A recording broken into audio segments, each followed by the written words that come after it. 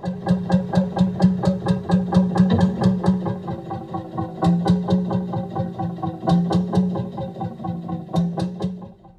hi, my name's Andy Tidy and welcome back to another episode of Canal Hunter. This is the series in which we are exploring the lost line of canal which existed all the way through from Norbury Junction on the Shropshire Union Canal out to the River Severn at Ironbridge. In the last 3 episodes we explored the lost line of the Newport Branch Canal, a late addition to the UK's canal network. This was a branch canal built to connect the newly built Shropshire Union Canal through to the old Shropshire Canal network, which existed in the area which we now know as Telford. The Newport branch terminated at the junction with the Shropshire Canal here at Wappenshall Junction, which does explain why I'm wearing the old hard hat. Wappenshall Junction is under restoration and the whole place is one big building site, so if I wanted to come here I needed to wear the personal protection. This junction was created out near the hamlet of Wappenshall. The longer section of the canal of the original tugboat canal goes all the way to Shrewsbury, and then the shorter section goes south to Trench and to Donington Wood. Now, much as I would love to go and explore the line out to Shrewsbury, it's way too soon in the series to be getting diverted. So what I'm going to do is I'm going to park the Shrewsbury section for now, and it contains all sorts of goodies. And if we have time before the end of the season, I'll come back here to Wappenshall and I'll carry on exploring the rest of the miles all the way out to Shrewsbury. From here though, we are looking for tugboat canals. The main line to Shrewsbury, well, that was widened enough to take full-size narrowboats. But heading down towards Trench, the locks remained at 6 foot 7 inches wide. That meant it was the province of the much fabled tugboats and also a select number of ultra-narrow narrowboats. So from here we do finally hit the tugboat canals. And so the Trench branch. This connecting section included 9 of those very narrow locks.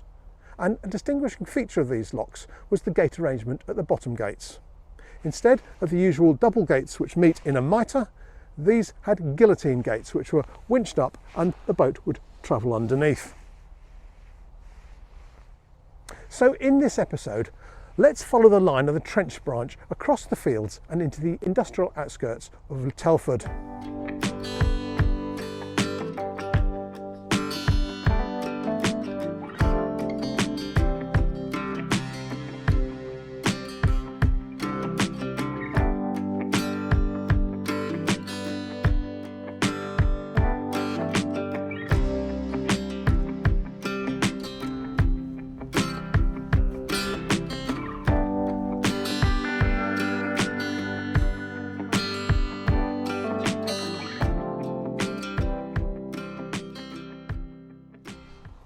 Well, as we start to dive into these network of tugboat canals, the exploration starts to become much more land-based.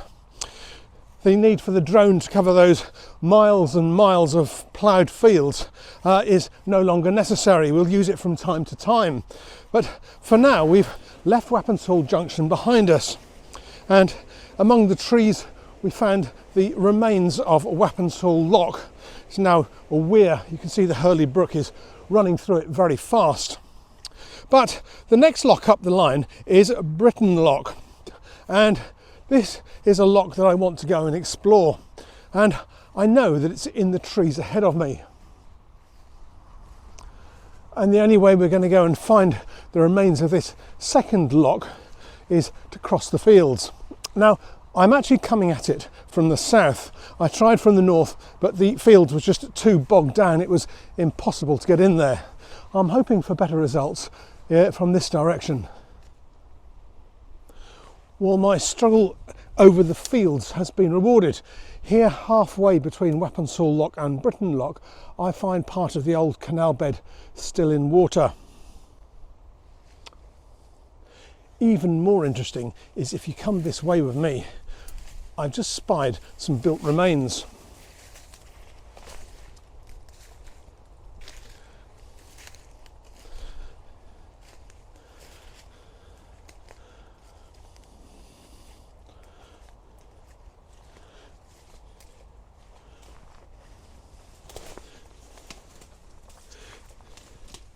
This is the residue of Britain Lock.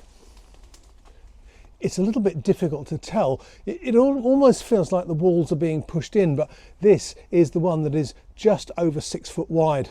So this was built to accommodate those little tiny tugboat canals, longer than normal, but also a little bit narrower. And you can see in the side what look like stop plank grooves. And if you follow those up into the woodland, here you can find the remains of the guillotine structures.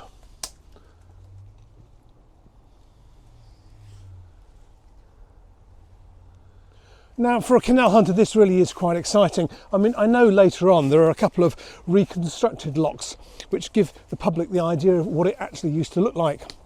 What we're looking at here in Britain Lock is the actual guillotine gates as they were abandoned 100 years ago.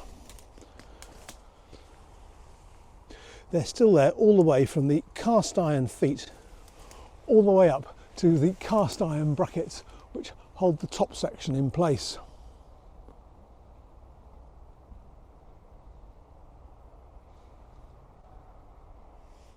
The way the old history books say these lock gates were raised was with a windlass and a rope, but to try and take some of the weight of that enormous lock gate, they built wells which they put heavy rocks or iron into, and that counterbalanced them.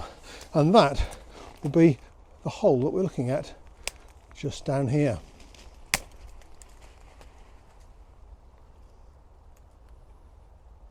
I wouldn't fancy falling in there. Basically, I'll be there for a very long time before anyone found me. So that's it, Britain Lock, the second lock up on the trench branch, and it comes complete with a lock chamber and the guillotine gates at the bottom. At the top, well, there is just the old poor top gate embedded in the mud. Beyond that, it's back to open fields. In fact, the undergrowth around here has become so intense and junglified that I can't even get to the top gates, but I will leave you with a view that I took from there many years ago. But if I'm going to find my way back to the rest of the trench branch, I'm going to have to cross this little brook. That is easier said than done. Somehow brooks have got wider and my stride has got shorter. But luckily someone has left this rather useful little branch, so I'll do a bit of a Tarzan swing across and make my way back. So we're back out in the fields heading south. This time we're heading on the line of the Pound, which extended from Britain's Lock through to Wheatleasow's Lock. In fact, the white house that you can see out in the distance just in front of my car is one of the old lockkeepers' cottages. Between me and it there was the old lost Kinley Bridge, but there is no trace of that in the fields whatsoever, nor any particular indication about why it existed in the first place. As with so many things, they get lost in the annals of time. The trench branch came across the field just in front of my red car, and the road twisted around the back end of the lock, which means that the guillotine section would stand underneath the modern tarmacked road. If I turn round, maybe we'll see something of the old lock.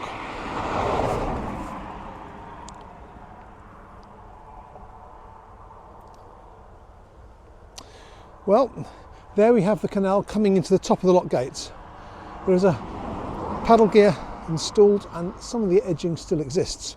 So, a little trace. And then further up in the distance, I don't know if you can see it, but there is the outline of Shucks Lock. Well, access to the remains of this canal changed over the years. When I was here 15 years ago, the lockkeeper's cottage was pretty much abandoned and I was able to walk up to Shucks Lock. These days I can't get anywhere near it, so I'll post some of my old photos to show you what lies in the woodlands. From here on we'll drive around to Petey's Lock and we'll start to head in through Hadley and Turnip Lock as we head in towards Trench Pool. Now, as I said at Britain Lock, these guillotine gates up here are entirely cosmetic. They're built in the 1980s to try and give a reproduction of how it used to look, and I thoroughly approve of that. However, it's not authentic, so the one at Britain Lock is far more exciting in my book. The great thing about these reproductions is that they give you a really great idea about how it used to look. As well as the guillotine structure above, you've also got the heavy wooden gate with a paddle right down at the base. you can see how incredibly heavy these gates would be to lift if it weren't for the counterbalance. What I like about this is the reproduction includes the winding gear. That probably is original, being picked up from the debris and reinstated. That used to drive a rope which turned the wheel at the top, which in turn turned a rope around the beam across, and that lifted up the guillotine high enough to let the boats pass underneath. The woodwork may not be authentic, but the masonry certainly is.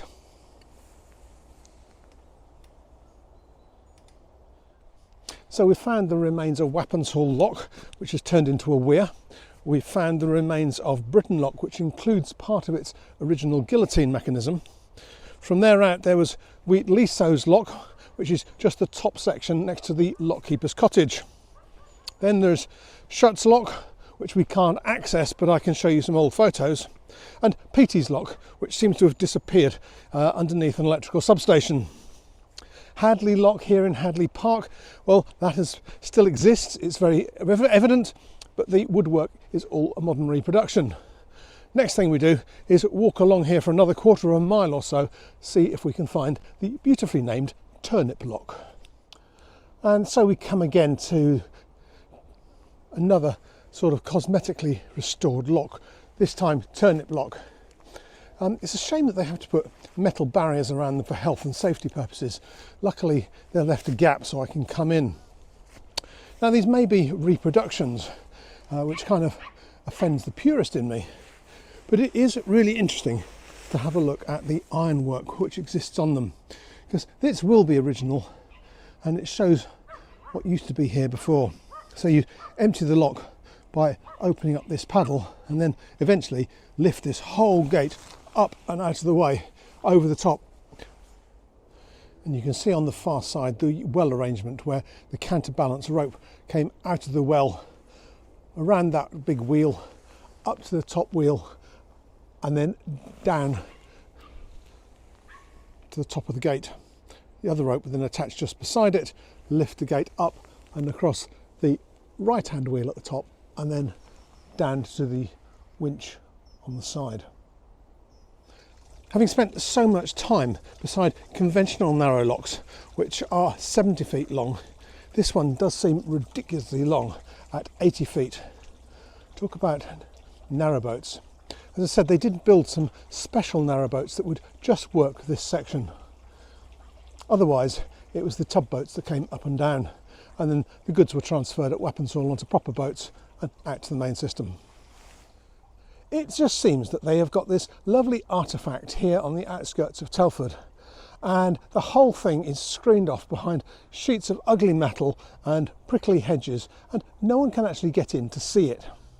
An opportunity missed in my book. We've moved out of the residential area and into the area of light industry. Back in the day, this was heavy industry, and there are some fabulous photos looking back from the trench incline over this sea of chimneys belching black smoke into the air. This, being an industrial area, means visitors are not particularly welcome, but that doesn't stop the little drone from popping up and taking a peek to see what we missed last time round.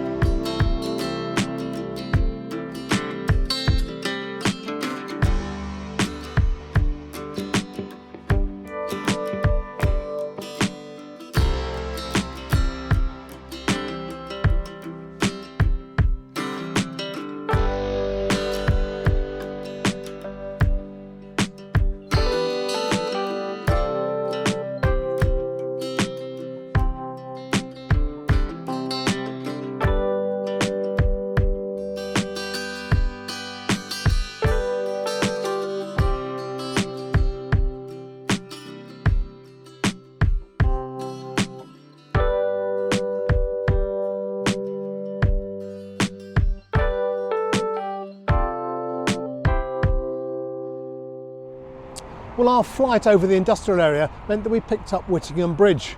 Also, we picked up Castle Lock, which you'll have seen between the factory buildings. From there, the redevelopment of this area has been all-encompassing. All-encompassing except for two key landmarks. One is the Shropshire Arms, which is behind me. Okay, it's called the Blue Pig these days, but the Shropshire Arms is its original name. And then behind me, which if I spin around, and then behind me you can see the open waters of Trench Pool. That was the original reservoir for this canal. This area at the Shropshire Arms is what I would say the gateway to the tugboat canal network. This is an area where instead of conventional locks, they used inclined planes, railway tracks going up the hills with tugboats pulled up and down. The decision to use inclines mirrors a network found in North Devon, and they're all little variations, but they started just a mile or two over that way at a place called Ketley. We'll pay it a visit along the way. The trench incline, which I'm walking up to now, has the distinction of being the last operational incline plane in the UK. It finally closed 100 years ago in 1921. But because this incline lasted so much longer than the rest, it was really well photographed. And by studying these archive photos, we can get a really good idea of how the inclines worked. This particular incline was 227 feet long, and it lifted boats up 73 feet 6 inches. A feat achieved by floating the tugboats onto wheeled cradles and then pulling the cradle and tugboat up the hill.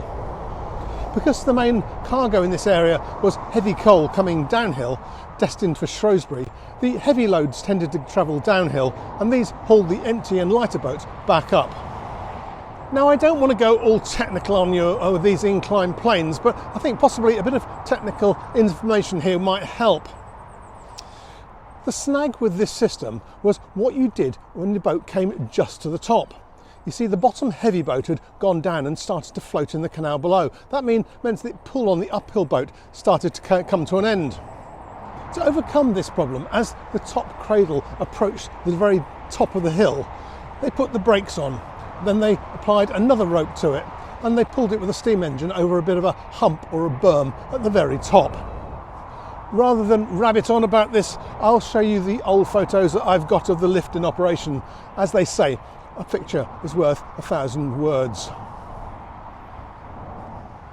Now, most of the images I've been using have come from publicly available archives, but some of them have been rather beautifully and cleverly colorised by Simon Hark.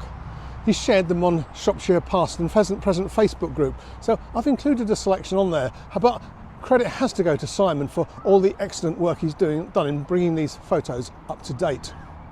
The general profile of the land which I'm walking on, the site of the old incline plane, is generally similar to that which used to exist back when the incline was operational.